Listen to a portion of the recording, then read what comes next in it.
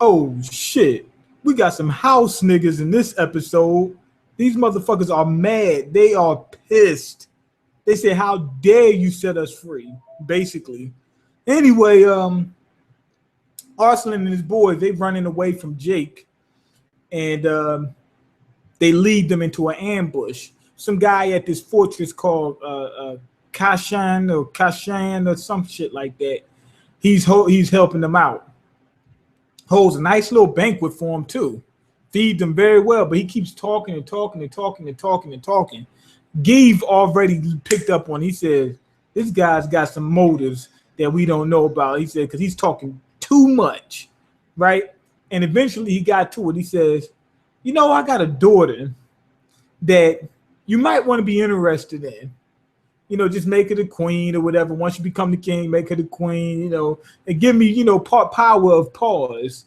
That's what he wants. He wants partial power or even total power at some point. Now, he was just talking too much to be trusted. So once they heard that, they said, oh, those are his motives.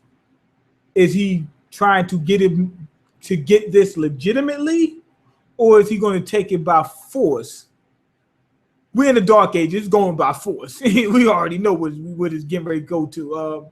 So anyway, they get done with their meals and whatnot, stuff like that. Narcissus had talked to Arslan about these slaves again, and he says we need to set them free. And Arslan says, okay, that'd be the first thing I do. And he tells the guy, what's his name, Hodaru, I think his name Hodaru or something like that. He says, one of my first missions is to free the slaves. And Hodaru goes, he said, you're kidding me, right? He said, we've been doing this for a long time. He said, I got more slaves than they did in Pars.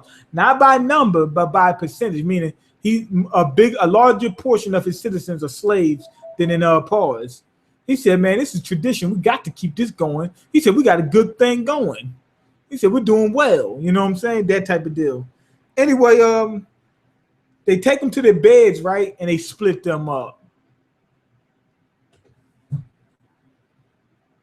Isn't that a little bit suspicious? The guy says, you go in this room, you go in this room, and everybody else can go in that room. And Dorian was like, whoa. He said, whoa, no one now. He said, wait one cotton pick a minute. He said, wait 1 second. He said, I stay with the king. And the guy says, it's only one bed. And he said, I sleep on the floor. That's what he said. He said, I sleep on the floor. And the guy said, this floor's got spikes on it. He said, I'll put a blanket down there. Whatever they said, he had another way to, he had something. Like the guy said, it's only one blanket. He said, well, I take the sheet. He said, well, there's only one sheet. The guy says, well, I stand sleeping. He said, I sleep standing up. He did not want to leave the king alone. And with good reason. But anyway, Narcissus says, go ahead and let him do it, right? Because the reason why Narcissus said that is he's smart. He's always trying to outthink somebody. He knows that the guy's plotting on something. Now, if we don't play into it, right, he's going to say, oh, these guys know I'm plotting on something and may do something even worse. So Narcissus says, let's go ahead and abide by what he does. And we know that he's not going to try something right away. He's going to wait for us to fall asleep or something. Otherwise, he could have just did it, bit down when they was inside that having the banquet. So he says, we just use this time to counter strike. And that way he had the right idea. Anyway, Narcissus came to the room. He jumped. He was balcony jumping. I was like, man, this dude crazy. Boy, crazy. Anyway, he's balcony jumping. He made it to the room. He talked to them about what was going on. Narcissus explained to him. He said, yo, we know his true intentions. He's going to try to make a move tonight because he can't wait for the morning for us to leave or whatever.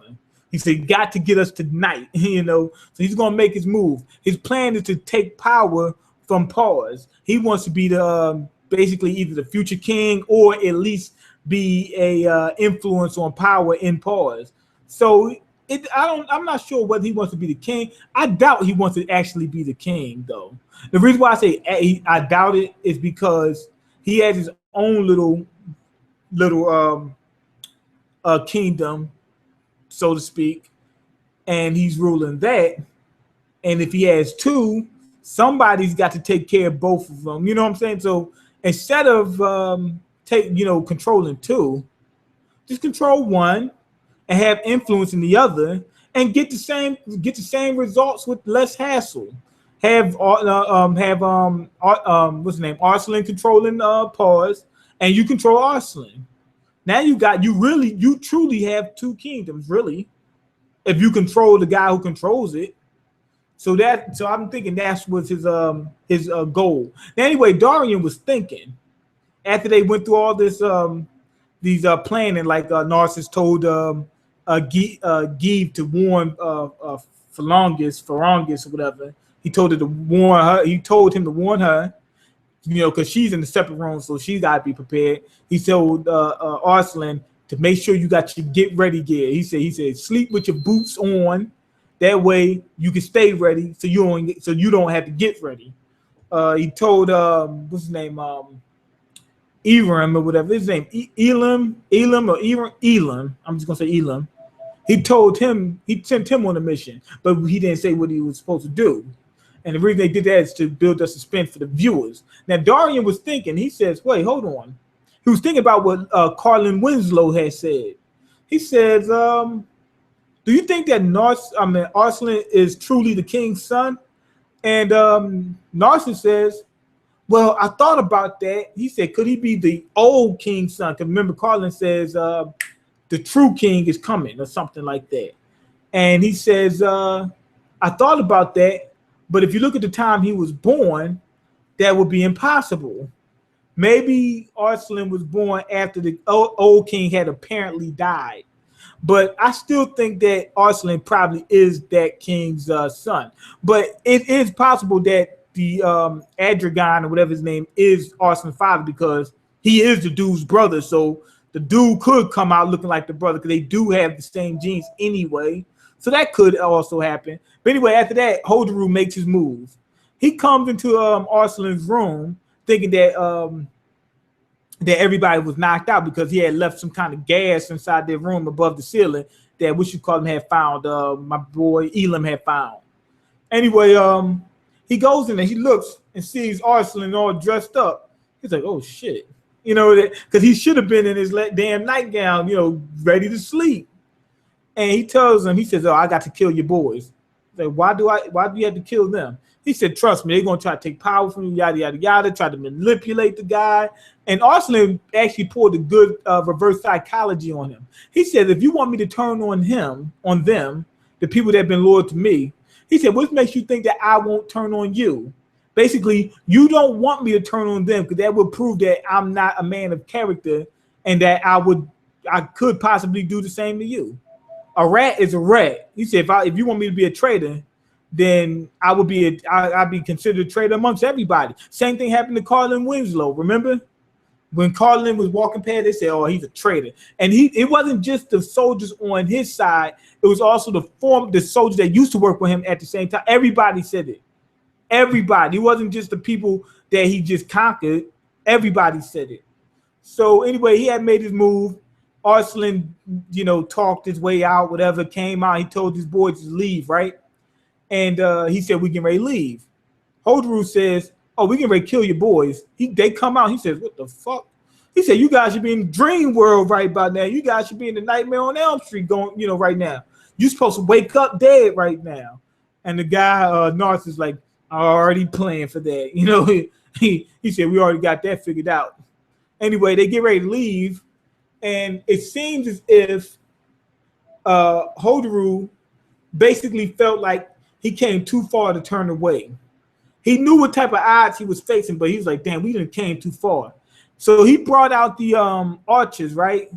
And they getting ready to fire on them. Then we find out what Elam was doing. He was cutting the strings on the bows, so they couldn't use that. I don't give a damn how good Dorian is, how good Narcissus is, how good Give is. All those arrows flying is going to catch something. It's going to catch something.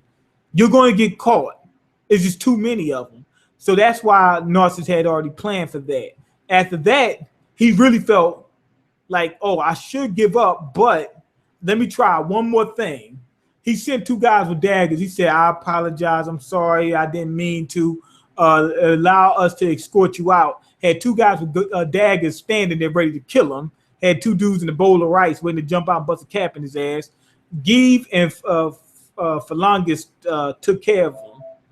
Now, after that, he felt like, I really got to commit to it now. He said, remember when he said, I'm a traitor? He's already a traitor. He says, I might as well go ahead and go through with the whole thing, life or death. Did everything he could, wind up getting killed by Dorian.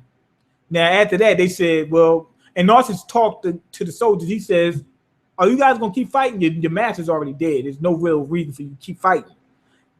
Narcissus was trying to end the situation without, shedding more, blood, which made sense. Why go through this chance of, somebody in your crew getting injured?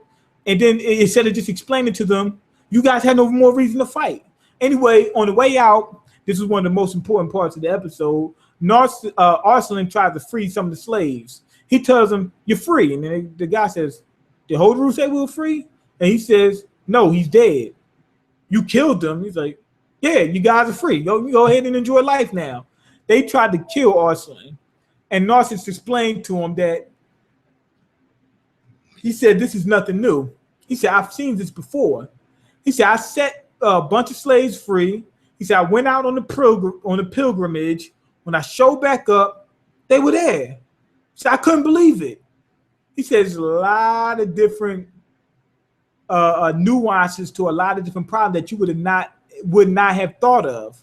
And that's one of them. He said, I know how slaves are. And he didn't believe it at first, but now he understands. And I'm going to explain exactly what that means. But just to go over the episode, very good episode. This was a Narcissus episode, how he was outsmarting Hodaru, whatever. I thought that was a good thing. It was fun. It was suspenseful. Seeing this dude, like Give, he said he was a tactician. He said Mr. Tact. He called him Mr. Tactician or something like that. I mean, Narcissus was just a beast in this episode. I just thought it was just fun, suspenseful, exciting. Just seeing him outsmart people. But here's one of the best parts of the episodes. The reason why the slaves were mad, they were what we call house niggas, some of them, and they were slaves in a true sense, that they were mentally slaves. Take these guys that don't have any type of education. That's what they do with slaves. They break them down to the point where they have nothing. They have no education. All they know is slavery. All they know is working for this guy. They don't know anything about the outside world. So when Narcissus, let's say, for example, with Narcissus, he set these guys free. Hey, you free now. Go ahead and do whatever you want to do. They go outside. And it's a fucking desert. They're looking like, the fuck we gonna do? Roll around in the sand? We got to go back in these castle walls. Why? That's the best way for us to survive. Narcissus even explained it. He said they might feel that that's the best way for them to live. And he's not saying that they feel like this is the best way to live, the best way for them to live. They don't have any tools, don't have any, education. They don't have any infrastructure. They don't have anything. They go out in that world, they probably going to die. And that's the same thing happened in America. They set the slaves free and they said that they have to bootstrap. Basically, we're not going to do a goddamn thing for you. You got to survive on your own, right? And you know what a lot of slaves did? Continue working for the slave masters. Some of the people was doing what's called sharecropping. They would work basically like slaves. They didn't have to, but they did because that was a way for them to generate money. They couldn't get jobs. What do you expect them to do? They continue working for the slave master.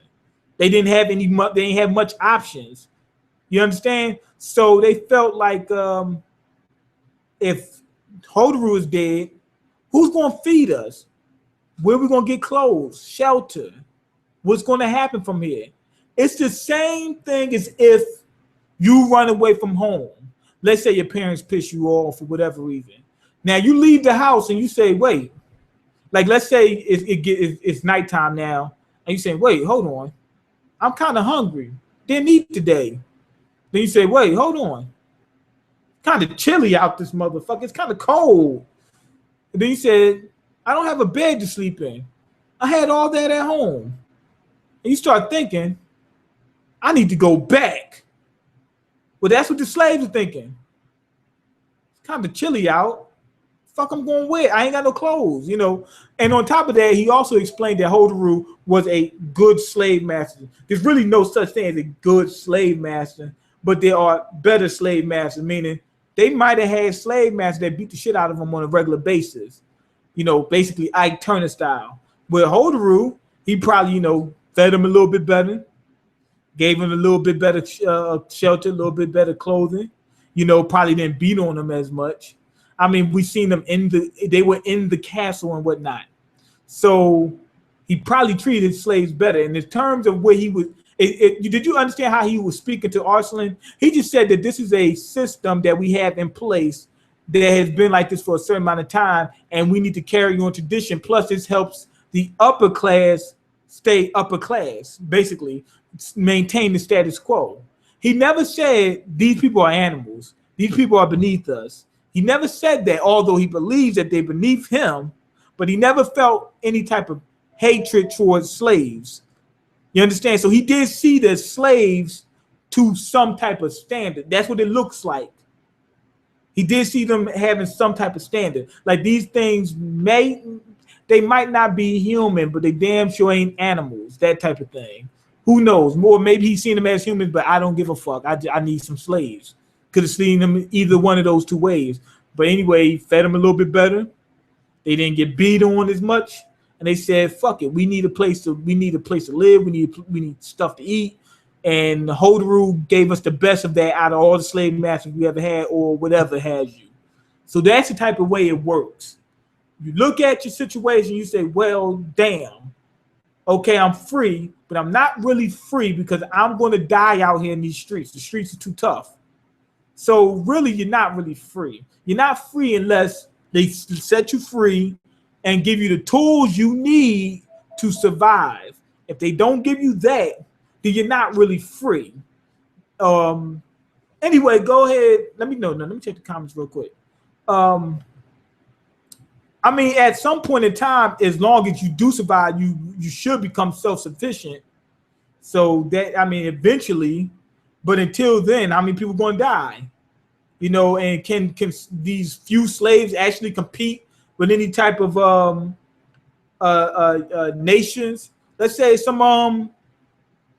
another nation out there, and they see all these slaves out there trying to build. Like they may have made a little cabin or something like that to live in or whatever. Now these people say we need some slaves. Are they going to fight against them to stop from becoming slaves again? They're not going to win. So it's really like we really don't have a choice but to remain slaves. I knew some Uncle Ruckus would be in this group. They're not really Uncle Ruckus. That's what I'm trying to explain. Some of them are, but not all of them are, because a lot of them don't really have much of a choice. They're like, damn, what are we going to do? Go out in the streets and die? You know, so you can't say all of them are Uncle Ruckus, but some of them are. Let's keep it real. Some of them are, you know, lived in the house, lived a little bit better than the other slaves and felt like they were better than them. Like, I ate some of master's food and all that kind of stuff. But a lot of slaves that weren't house niggas still worked for the slave masters because they didn't have much of a choice, because it was hard for them to survive without it. Okay, they deal with slavery in a smart way, especially with them not having anything but the master, and set them free in their laws. Exactly. Arslan learning a lot about the human condition and real life struggles, it makes him a great king. Yeah, and that's what he said during the episode. He says, I have to mature now. He said, these guys have all this wisdom and they have my loyalty. I mean, I have their loyalty. He said, but how can I have their loyalty if I can't keep up with them, you know, as a man? I can't hold my own. He said, all these guys can fight better than me. They're smarter than me. You know, they beating him in every last one of the people in the group is surpassing him. The little kid is. So Arslan's like, yo, I got to come up. Arslan's not doing too bad. And he's not far behind Elam, though. But he's far enough behind. You know, he's not touching any of them on any level. You know what I'm saying? So except for Elam's the closest one. followed by give. You know that. Okay, I was confused if Arslan did the right thing because those slaves are probably going to die now in the mass. They're not going to die. They're going to face death. Why I say they're not going to die? Because they might just say, "Fuck it, we're going to in the castle and live like the other people." We don't know what's going to happen. Now that the slave master's dead, somebody might be elected as the next slave master, or some people might say there won't be. We don't know exactly what's going to happen. Some of the slaves might say, "Hey, what's the best way for me to live?" They're not going to leave that kingdom. They're going to go right into that stronghold and say, either we're going to go back in here and be slaves, or we're going to go back in here and try to become regular citizens. They're not leaving. Would leave for what? How many slaves left America? You know what I'm saying? That type of deal. Anyway, go ahead and leave your comments, like the video, and subscribe, because I can't eat. I'm broke, nigga. I'm broken. You got the power to change that. Peace.